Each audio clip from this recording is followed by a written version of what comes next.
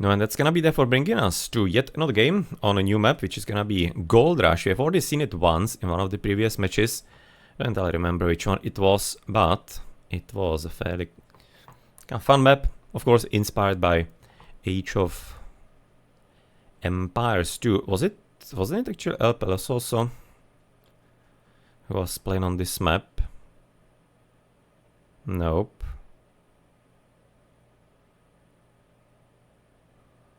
Okay, so who was it?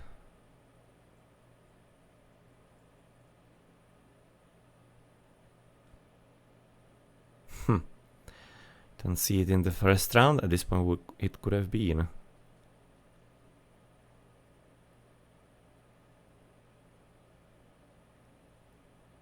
Ah, here, Punkstar vs Slipknot. Yes. Yes, Punkstar vs Slipknot. Some 10 days ago, the second match that we streamed.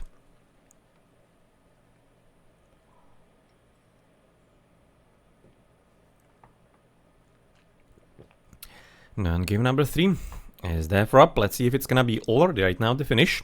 If Jorge El Curioso is gonna be able to use his skill to right now work out some kind of victory. No, but apparently Starko is gonna be switching to different gods. So it's gonna be El Curioso. Bit unluckily, it's gonna be Odin. She's gonna be, and who is gonna be having probably some better chances here against Starko's Oranos. So we'll see if it's gonna be, probably should be just kind of classic Wolf Sacks. Wouldn't be expecting anything else. And in general, in case you haven't seen Gold Rush yet, then as you can tell, you're gonna be having some decent amount of hunt to start with. 2 small gold mines in your base. No, it's kind of like maybe not even in your base at this point, looking at the position. But as an Ate, he's not gonna be having that much of a deep problem with that. You can say now the gold mine number 2. Not entirely the best either, but again, as an Ate, no problemo. And for the other side of the map, Jorge Curioso certainly open to possible raidings. That might not entirely be the easiest. He also cast the Great Hunt on the picks. Second, no, also not that much better actually. It's gonna be pretty good opportunity in my opinion to go for some raiding. The chances are certainly gonna be non-zero, so depends on the proper advance at 430 and good beginning. So you're gonna be of course having at this point Flexstone of Buhen here for the cheaper walls. Considering walling is kinda difficult here. Not sure if you're gonna be seeing too much of it. And otherwise, the secondary hunts are also fairly decent on the map. And well, as you could be telling by the name of the map, Gold Rush is gonna be having all the gold mines in the territory in the middle. So you're just gonna want to be getting there as soon as possible.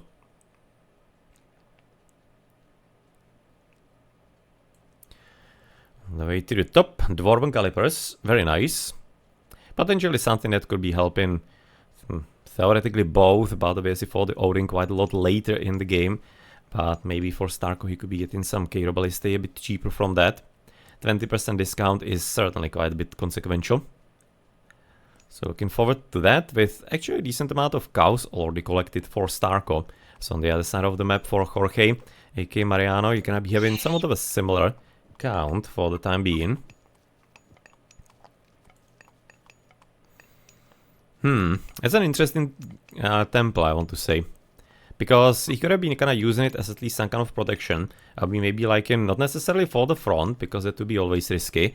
But maybe the back one, kind of partly. Like dropping it here. That's decently safe. Even a bit of a tower protection we could maybe say. But in the end, here we actually keeping this a bit more in a safe zone in general. So, bit of a shame, I'm thinking that he didn't take the opportunity. But yeah, I kind of guess that Jorge is probably gonna be feeling fairly confident by now. And will be therefore believing in his own abilities to make it work anyway. So, seems like the advances are gonna be somewhat similar. Some 430 for both. Yep, that's gonna be the extra villager for Starko. Also coming up, not gonna be risking any kind of 4-minute advance or whatever kind of situation like that. Bit unfortunate idle time here for Starko, but nothing too dangerous. However, of course, with the gold mines being the way they are, basically both players are gonna be having a good chance for some solid raids. And you can see the quick advance for Jorge, really liking that. So in my opinion, it's a very good option because I kind of very often mention it in my games when I cast that Atlanteans, especially Oranos, practically all the Atlanteans, they basically need gold they do not have a single unit that doesn't cost gold. Even Prometheans obviously cost gold, so they have just absolutely no option. If you block them on gold, they're just dead. They can't do anything at all. So if you're gonna be right now half a minute faster and already kind of trying to camp the gold mines, I'm thinking there's a pretty good chance that Starko might be having a bit more of a difficult time with the game. And since it's gonna be so quick, and we're gonna be most probably expecting the Ulfies to come up, yep, that 9-second build time is gonna be also fairly consequential. So that's the longhouse. There's the forest fire. I'm kind of thinking if maybe it's not entirely a bit too soon. It's gonna be at least forcing some decent idle time here, because obviously one of the plays possibly against the Ulfsags could be exactly getting the Cairo Ballista. By the way, that siege weapon decrease in the cost, therefore could be somewhat curious for that, and because of that. So looking forward if he's gonna be able to pick it up somehow or not. With the Ulfi, okay, Skrelling right about now. It's gonna be of course quite nicely destroyed, though. Was it worthwhile? A full shockwave? I think that was just like a bit of a revenge shockwave. He just wanted him damn dead, and yeah, I don't think it's gonna be working as well. Nokam, still don't have a Valor, unfortunately. You can say now the forest fire, basically the extent of it isn't indefinite. It does have a certain amount of area and damage that it's gonna be doing to the trees. 1 in 1, of course normal. Gonna be arriving from the left side. You can say camping gold 1. Camping right now back of the base. Just a bit of a shame that he can't be showing the point of view of Jorge as far as how far he can be actually seen with his units. And yeah, the Ulfies, as you'd be expecting. Of course, nothing extra about now. Upgraded, second longhouse. You're just gonna be some further Ulfsags coming up. So far only Turmas and Murmilos, and probably should be thinking about the towers really quickly here from Starko's point of view. As really based on how late he was advancing, really thinking it to be quite a bit worthwhile for him to do. And that's also where, at least partially, is gonna be playing the role of the forest fire, because he did deny Starko from gathering there for quite a few seconds, so that's gonna be some kind of few dozen maybe, I don't know, 20, 30 wood maybe, he's just gonna prevent it from the opponent from getting. And that's even something that could be playing some major role here in the early game, because every little piece of resources is usually gonna be quite a bit commonly and early used. Okay, gonna be even some interestingly high amount of wood here for Jorge. I mean, like, he still doesn't entirely need the hunt. Oh god, doesn't need the hunt, doesn't need the farms, because he still does have some really decent spots on the hunt there. Not sure if he has scouted them properly, but he should be knowing how the map spawns, so therefore it won't be any kind of surprise. They can go for some further food. You can see it now, Jorge is still a bit lower currently on the population limit, so I guess good job by Starko that he still hasn't entirely let himself be overwhelmed by the quick mate units, because you can see Murmilo is 12 seconds, Turma is 14, right? No. And Ursak is gonna be only 9, so a bit surprised that we entirely haven't actually gotten a bit deeper here yet. Fairly surprised indeed. But you can see right now, Jorge again quite a bit confident, just even building straightforward longhouse, which is gonna be maybe even slightly protecting currently the animals here to the south. I'll be expecting.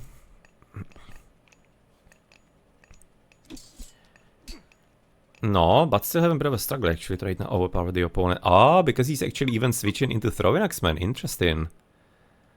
Not gonna be playing it straight on the Ulfinos, which is, I don't think it's necessarily needed. If he just gonna went straight Ulfsags all in, he would just be having such an overwhelming army so quickly that it shouldn't matter that there are gonna be more Milos. But I guess the throwing axemen are gonna be just a, maybe some kind of safety measure. I'm gonna be imagining. He can be potentially maybe stealing some of the cows. Usually it's kind of hard, so people do not bother to even do that. Well scouted, of course, indeed here. And on the other side of the map, the Kirabalista are gonna be in. Unfortunately, Starko still hasn't gotten himself to the top onto the Revolver Calipers, which is at this point obviously gonna be considered quite a mistake.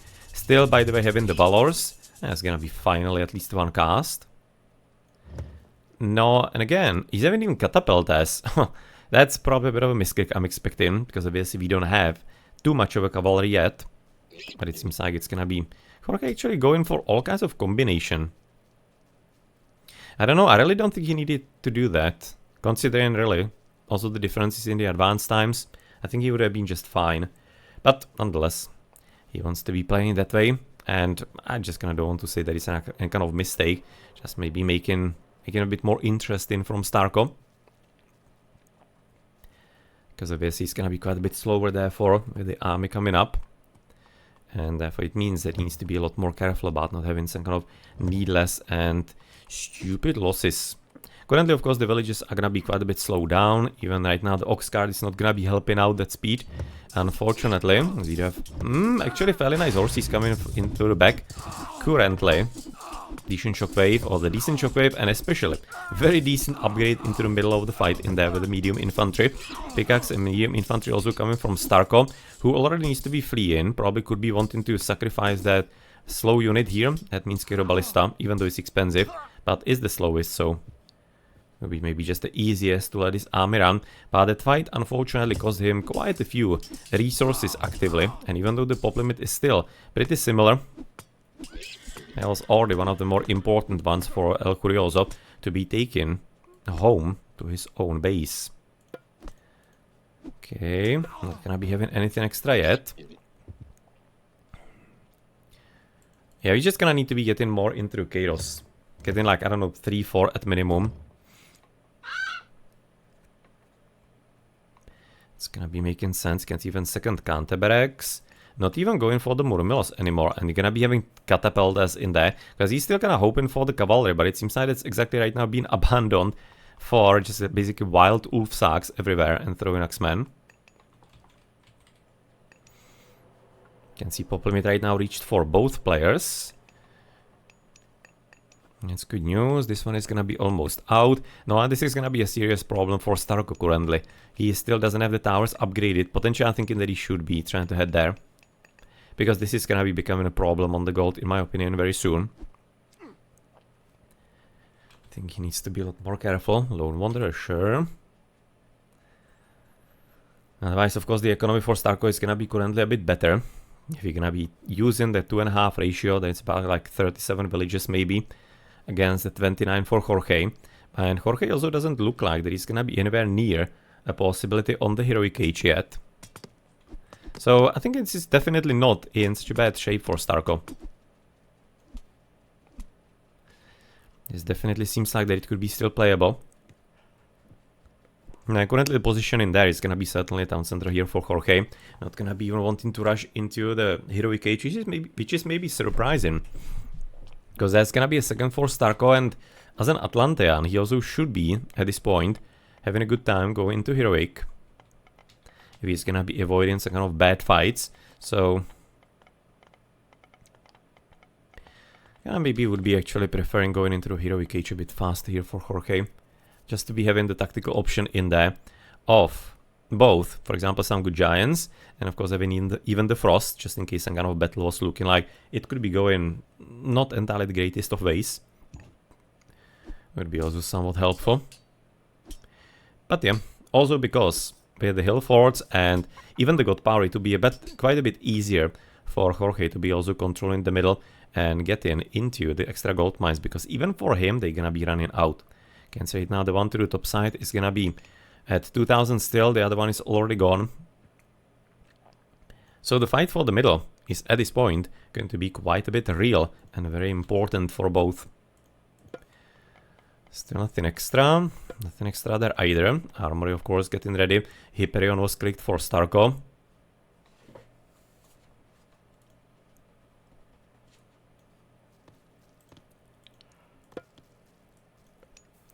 Absolutely nothing on the villages even.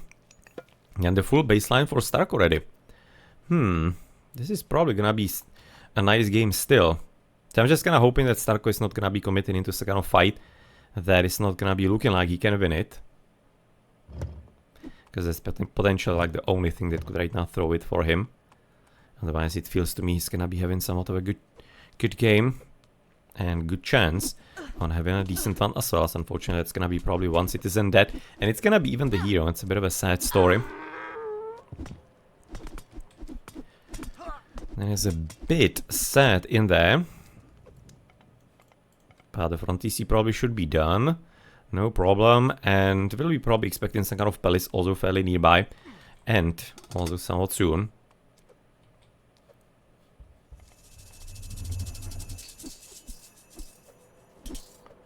Cows here, all the kills. I don't think it's entirely actually worthwhile, because that was always going to be quite a good army. He can very easily fight the few dissenters and traitors, or who confused souls probably. Oh, is he gonna get them off? Oh, well played. Well played, yeah, that's definitely very good shockwave at this point, because otherwise he was just like going to kill both of them. This was absolutely correctly played by both of the players. Well done. Nice little micro movement. And dudes will be probably trying to follow, I guess, still. But since they don't have right now the Lone Wanderer, because they are right now chaosed, and that means they're gonna be neutral. And they lose all the upgrades they had actually before. No, not sure if they're gonna be able to follow even through the Fog of War properly.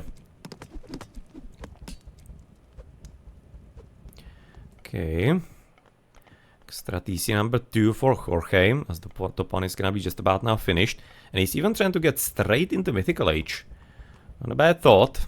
And currently that's gonna be Tartarian Gate, because I don't think that Helios is gonna be bringing any kind of bonus with the jumping around here. Seems like it just... the map is small enough for like quick moves across it anyway.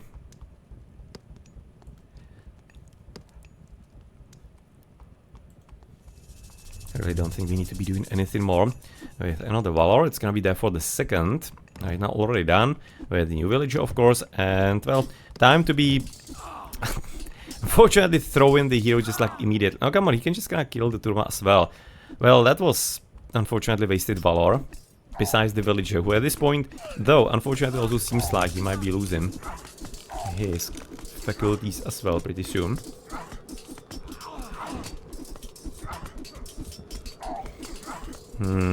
They're actually making somewhat of a sense here. You can see right now there's not gonna be any Mythical Age currently for the Odin. Not getting ready for like Ragnarok probably. Thinking especially against the Atlanteans is gonna be a good choice. But he went for the heavy throwing axeman. Means right now the losses on the army are gonna be not like inconsequential, I guess, but he's gonna be able to replace them fairly easily. Just depends. And he's gonna be able to get the upgrades also up somehow. You can say it now economically, still practically nothing for Jorge. As on the army, you can say it now there's gonna be nothing here. And for Starko, he's gonna be at least having the copper shields, which obviously doesn't do anything at all, considering he's against the Norse. Which is like literally bonus damage reduction against TCs. And potentially some hill forts or towers if they're gonna be coming up. Maybe possibly something like Ballistae, but that is certain if you're gonna be expecting that one as well. But whatever the case, you're gonna be having, of course, kind of good vision here to the back. Can theoretically cast it about maybe like here to destroy the houses, attack the TC. Doesn't entirely have too much of a great spot in there, where he'll be able to destroy some significant portion of practically everything. That ring gate coming in the end, it's gonna be coming actually to the other side, which is destroying the temple. Guess why not? It is some decent resources that he's gonna be there for having to invest again. No, but Jorge is getting finally ready for the Baldrino. And he of course doesn't have any kind of good powers anymore. So he's gonna be having to survive that on his own currently.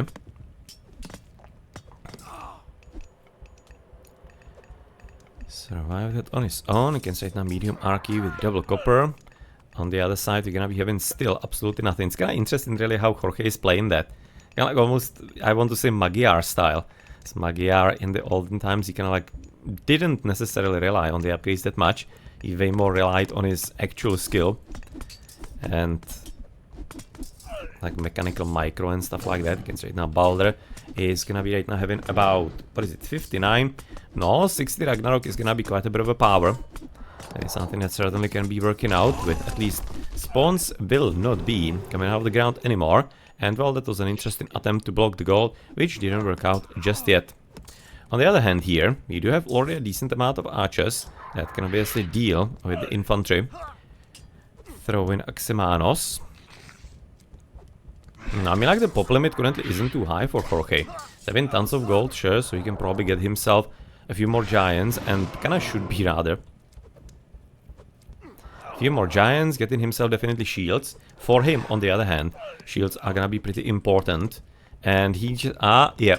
Of course, because he doesn't have the second temple yet. He lost the one here to the Tartarian Gate a bit earlier, and he still actually hasn't rebuilt from that time. Okay, it's gonna be quite a bit important therefore to get it back up.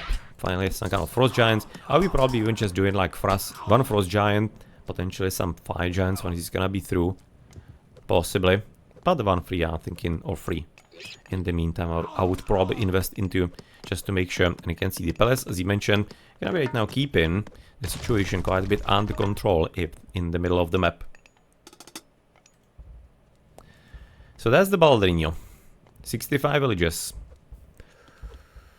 Oh, without too many upgrades, it's still going to be somewhat questionable. But considering that also Starko doesn't entirely have that many of them in the first place, that's also gonna be something speaking towards Jorge. But at least the bronze mail, that's actually a fairly nice addition. And unfortunately the first fire giant and even the throwing axeman, but especially the fire giant, is gonna be off, which is gonna be kinda nice help here. Slowing down the full effort, I'm thinking, from Jorge. So are we gonna be having something here coming up, and could be coming up? No. Economically gonna be having almost everything as far as the villages. Some extra resources can be definitely getting us some, maybe... irrigation is an interesting choice. I was going to say some rather military upgrades. Maybe just getting copper weapons or whatnot for the archers and stuff. So maybe it could have been a chance. No, but now I don't think that's actually enough of a preparation anyway for Starko. So that Ragnarok does have its chance. It's not a small one. As you mentioned, about slightly 60 plus.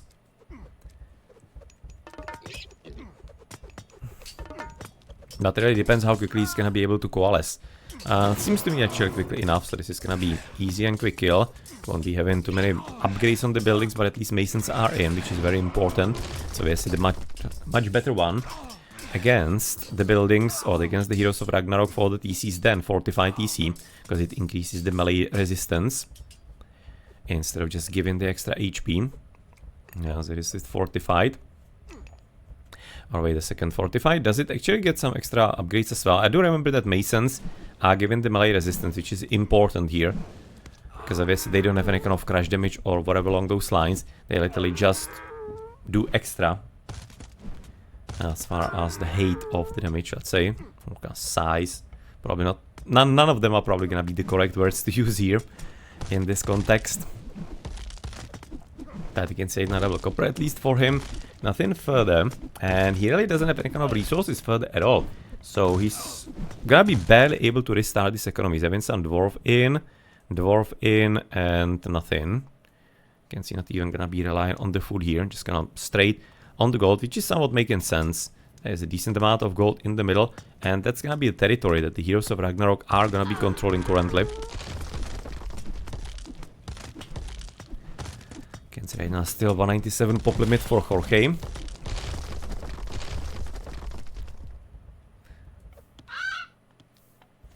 No, and quite a few towers right now prepared. We kinda like it if we actually prepare them maybe closer to the TC, frankly, rather than something here at the back.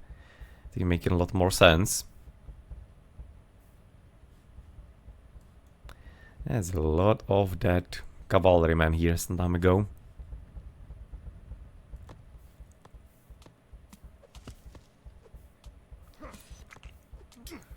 No, but with kind of like a somewhat of a split of the force for Jorge.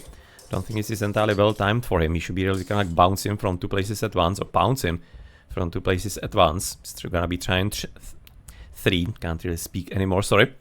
So I'm thinking maybe he's doing just a bit too much currently, or trying to do a bit too much and be a bit too fancy, instead of just having one overwhelming power that the opponent like legit can't do anything about and with. And thanks Maiden for the raid. Maiden was also streaming one of the earlier matches. If you are coming to the Champions League qualifications a bit later, he's doing Krasengrum versus Goldline, I'm thinking.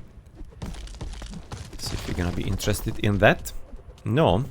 And where do we stand? Dropping not entirely that much so far for Jorge. As far as the army, so still there are some chances. I'm really thinking just kind of like the way to victory for Jorge is just like put everything into one blob and win. Because the defenses are not like that deep for Starko. He's just gonna be forcing him into a fight, of course, there.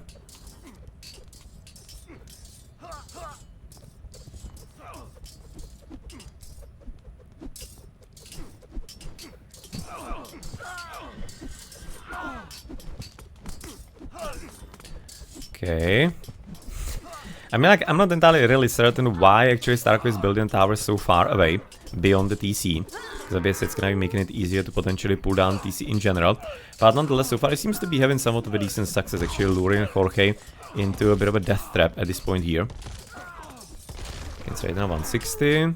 But the army is gonna be practically going currently for Starko. He can, I mean, like, as an Atlantean, he potentially could have been hiding the villages somewhere in distant places on the wood, especially. Maybe even some kind of food here. But nonetheless, some farms in the corners could have been a possibility. But yeah, I really would be liking the towers to be a bit more upwards. Because currently, after this is gonna be destroyed, I think it's not gonna be too hard for Jorge to pull down even the TC. She's still not gonna be like game over in general. But it's gonna be getting quite a bit closer there, unfortunately. So I'm thinking really that Jorge did give Starko some chances and some options here. How to possibly whittle him down by dividing the forces into something a bit more manageable. But now it seems like it's still not going to be mattering that much. And Tropel Tirano, also thank you for your raid. I hope you had some good games, probably some team games, right? That you would have been streaming tonight. Double copper bronze. Can say it now 124 pop limit. No, we are getting quite a bit dangerously low currently. From Jorge's point of view. So it seems like Starko is still 17 villages. TC standing. Palace standing. Oh, the gold is a bit tricky currently for him. And remember what he said, he can't really do anything without gold, unfortunately. It's like legit nothing, everything costs gold for him. Like absolutely everything. So he would just have to be selling, which is still something that he could be able to do. Potentially survive on that. Typically, for example, Rus are pretty good in it. But nonetheless, Starko is gonna be already calling it a GG. He's not entirely believing himself that he's gonna be having a chance to make it over. As you can see now, he's not entirely happy with the villages. But to be honest, I don't think really it was that over. I don't think so, really. I think it still could have been somewhat actually played. Obviously, yeah, there was some kind of economy rebuilding going on, but really slowly on the other side.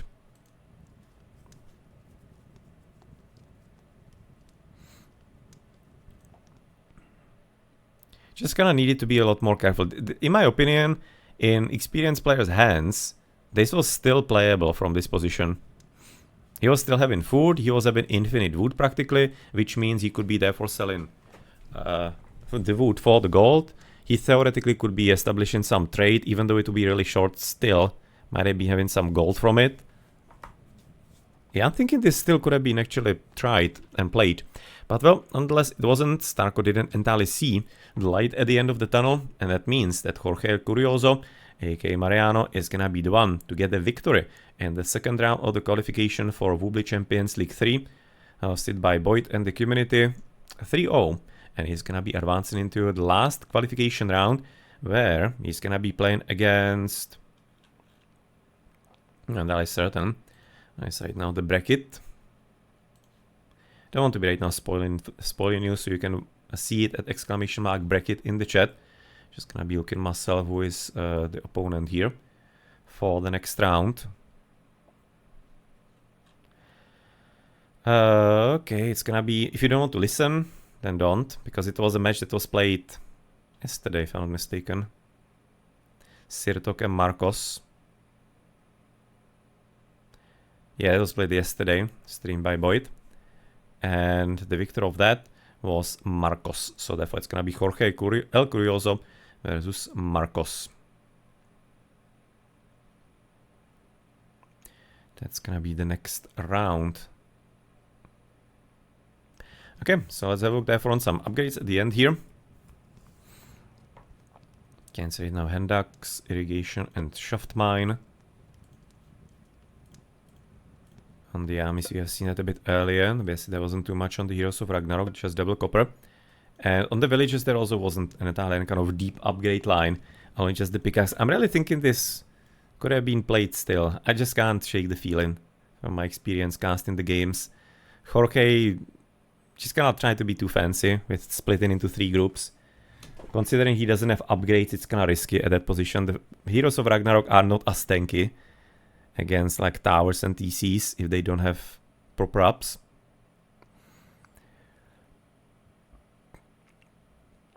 So yeah, maybe next time. But let's have a look into the post game. Can say now 25 minutes. Actually, time flew here in this one. Wasn't expecting it was that long. Was expecting some maybe 18, 19 minutes, but damn good game. Can say now, of course, economically it was a bit of a prolonged Ragnarok, so tons of resources extra. Some, what is it, 22, 25? No, but that's not entirely relevant. In a kind of way, of course, dead units or killed units or lost units will be with like 60 from the Ragnarok, but otherwise he'll be in the positive. But obviously, also thanks to the Ragnarok, he's gonna get more kills. 1122. And practically nothing else. Just Draghi, you can see it was about 66 now. In the end. Okay, so that's gonna be again. Congratulations to Jorge El Curioso on advancing into the 3rd round of the qualification of Voobly Champions League 3 by Boit and the community, and good luck in there.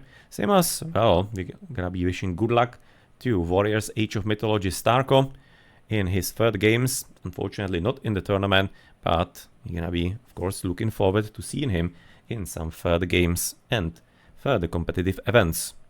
And if you are interested, of course, in his streams, then he's also streaming on Twitch fairly regularly. I'm gonna be right now trying to find exactly the nickname for you.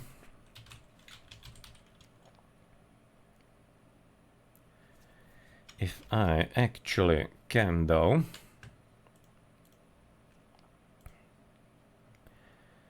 It's gonna be in AOM.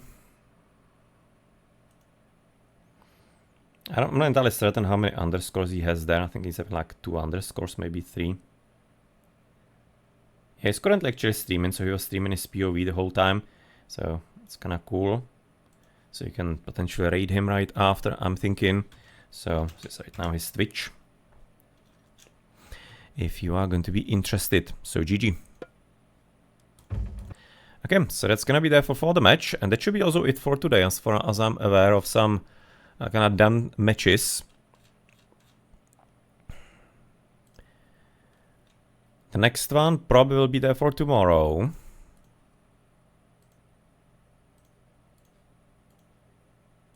Somewhere on Monday, Hellstravich versus Symptom. It's gonna be more like some kind of evening GMT due to Hellstravich being American, so we'll see how it's going to be.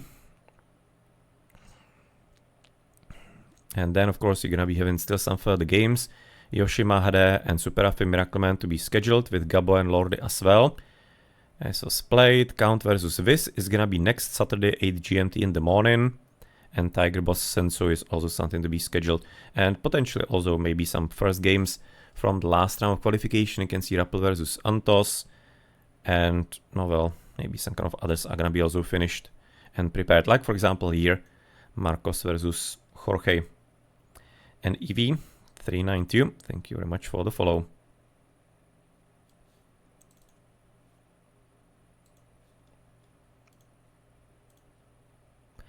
So you can find more information on the tournament at Champions. And of course, bracket as well. Yeah, in general on 2 minute delay, because of course competitive games. So to keep it fair and square for all the players.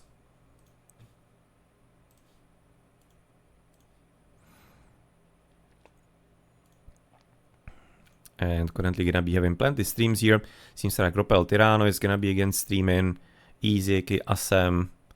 Eric is gonna be streaming again. Our Magyar killer. Joey Bats is doing some games. And as he mentioned, Starko is gonna be probably continuing streaming as well. So I'm thinking I will be most probably raiding him just to kind of keep it somewhere with what you have just seen. So, of course, visit RTS Sanctuary as the home of the Age of Mythology community as well if you are new here.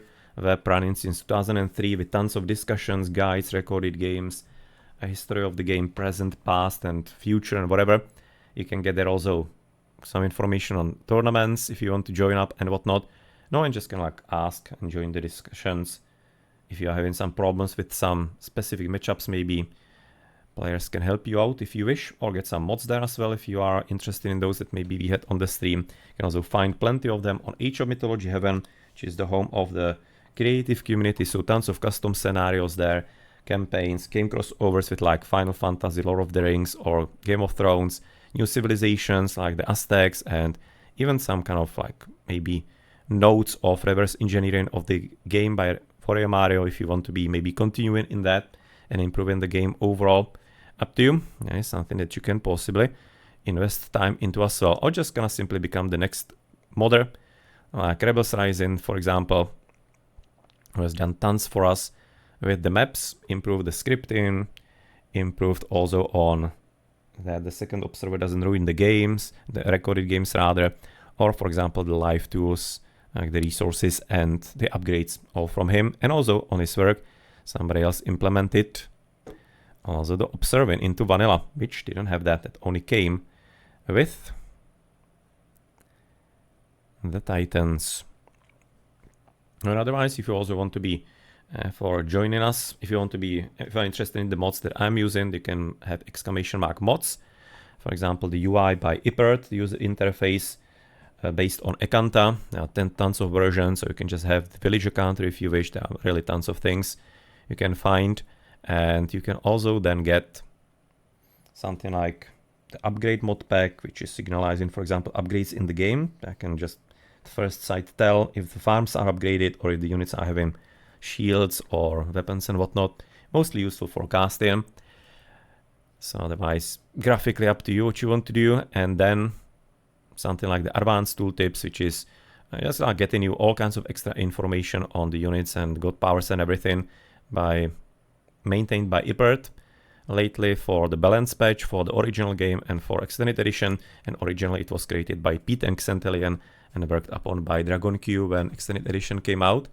And of course, we used, for example, enlarged font here, as the original game on the high resolutions can be a bit funny that way. And if you want to be becoming the modder, then you want to be also getting the extra user interface for the editor, because otherwise on the high resolutions it just kind of doesn't work. Plenty of things are not gonna spawn in properly into the UI.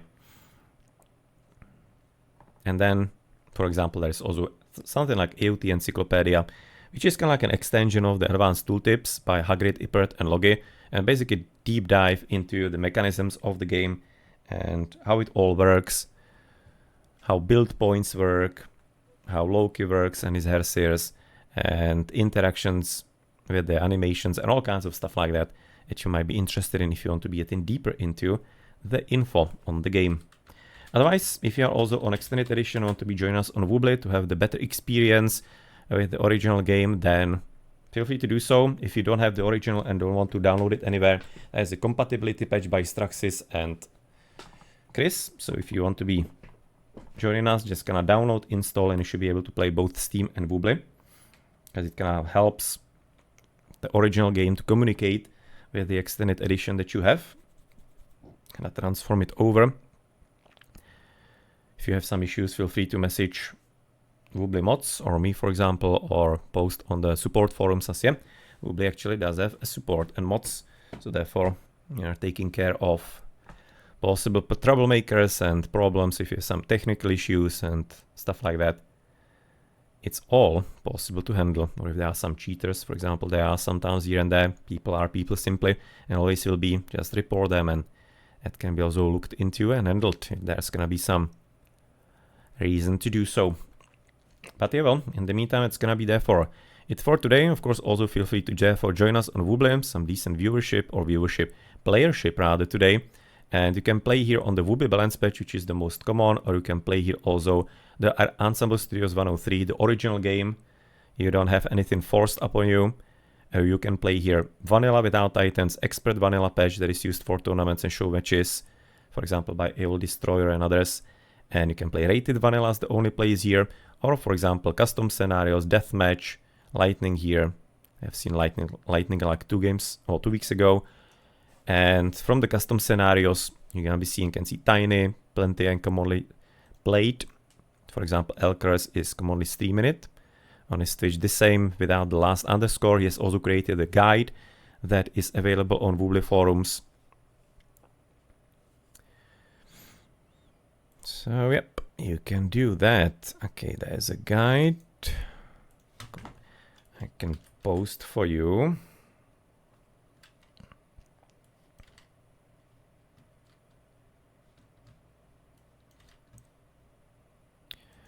I'm thinking maybe, yeah, for example here, there's the one in Spanish. I'm thinking if you're gonna be interested in that, for example, there's also gonna be an English one on the Voobly forums. Don't have right now the link per hand. But well, from the other custom scenarios, Zelda is of course common. You can play here against Titans AI with others. It's a very common too. Dark Leon, Carlos 084 and Altas Yantas. I'm looking for some more players maybe. RH Clan, the first two from. No, and common you're gonna be seeing something like maybe even CB, AK, Castleblood, then Foodwood Gold Bloodsport, I don't know, some Mythodea. There are new versions lately released by Straxis, tons of them. Sudden Death Edition, Tiny Mythodea. So you can play that as well. You can say the mutation just being hosted by Dabra, so choose your mutation. You can play here Norse Wars, I don't know, Gladiators, normal Mythodea and dark version of it, RPG Tower Defense, and choose your mutation have received some updates in the last year as well, possibly. And you are also gonna be able to play here something like, I don't know, Forest Escape, Cat and Mouse, Settlers I mentioned, probably. Maybe not sure. That might be possible, I at least remember currently. No, and from the new ones, there are really decent amount of them that have been released lately by Straxis. Just gonna need to right now find them. And there's also that Event 1 and Event 6 still running. Event 1 is basically ladder, where if you're gonna be playing 10 eligible maps on the ladder, you're gonna be getting Voobly Premium account. So feel free to do so. It's kind of like the maps that are gonna be basically like having V beyond and before their name. You're usually gonna be able to get them through the automatic download into the lobby, so you should be able to already see them in your games. No, and that's gonna be also Event 6. That's every Friday running if there are enough players, and that's gonna be on the Mythodea Sudden Death Edition. Let me right now show that as well.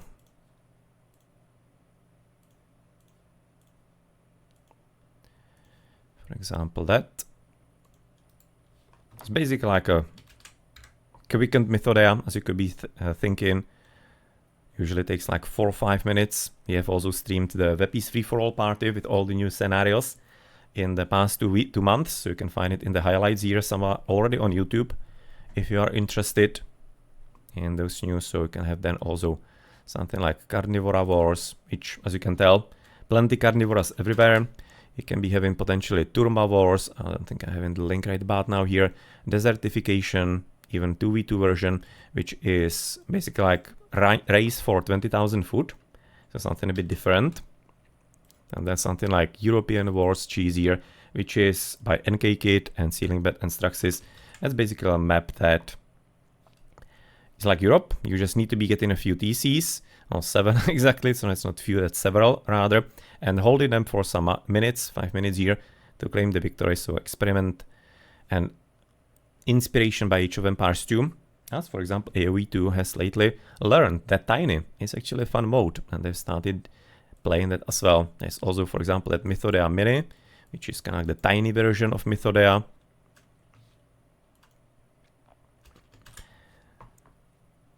And well, the Turmaurs are here as well. Gonna be able to find it in the game mods, I guess. Visual content, and you can see there are the Turma Wars.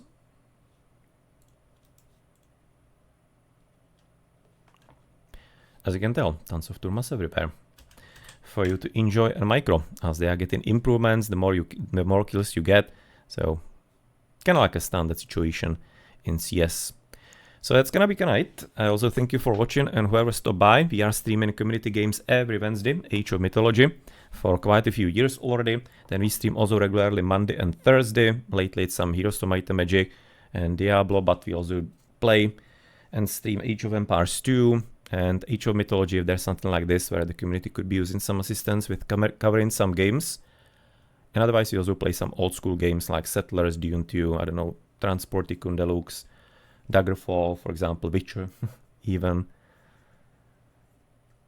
The Heroes of Might and Magic, we play Might and Magic Story Mode Run for Enroth and Erathia, so just kinda doing the campaigns and stuff. You can find the progress below the stream where we are. We're already kinda deep into it. Looking forward to Might and Magic as well 6, that's gonna be the next game after you finish. So we'll see what we're gonna be streaming tomorrow. And possibly even further. We also stream Diablo 2 here, 1, some Amiga games, Lotus and Alien Breed, so all kinds of all the things we have also done here. Kingdom Come Deliverance from the newer ones, for example. So it's kind of like a mix what we get here, but mostly Age of channel on Mythology 2, sometimes 4, but very rarely lately. And maybe one of those days, even Age of Empires 3. So thank you, therefore, to Iron Maiden for the 8, or El Tirano as well, IV392 and Peter100, so Peter Lunocher or Peter 100. Thank you for the follows, and whoever else was stopping by the chat, Mr. Pound Town, Maiden, Ferza, Koicha, Montapuercas, Starko, thank you for the games as well to you, and Jorge, then Grass and Groom, Flame, Purity from SWK, Skill Switch Kills, it's a name that we sometimes have in our community games. El Pelos also, Joey Bats, Noxa, and potentially was actually lurking around. Joey Bats is also a name that we have streamed in the tournament, and he is working on some custom scenarios lately, some King of the Hill ones. So feel free to visit him on the stream. He currently is probably still streaming, I guess. Yeah, he is. Starko was a bit earlier, as he mentioned, and he streams fairly regularly, so feel free to stop by his stream as well and give him a follow.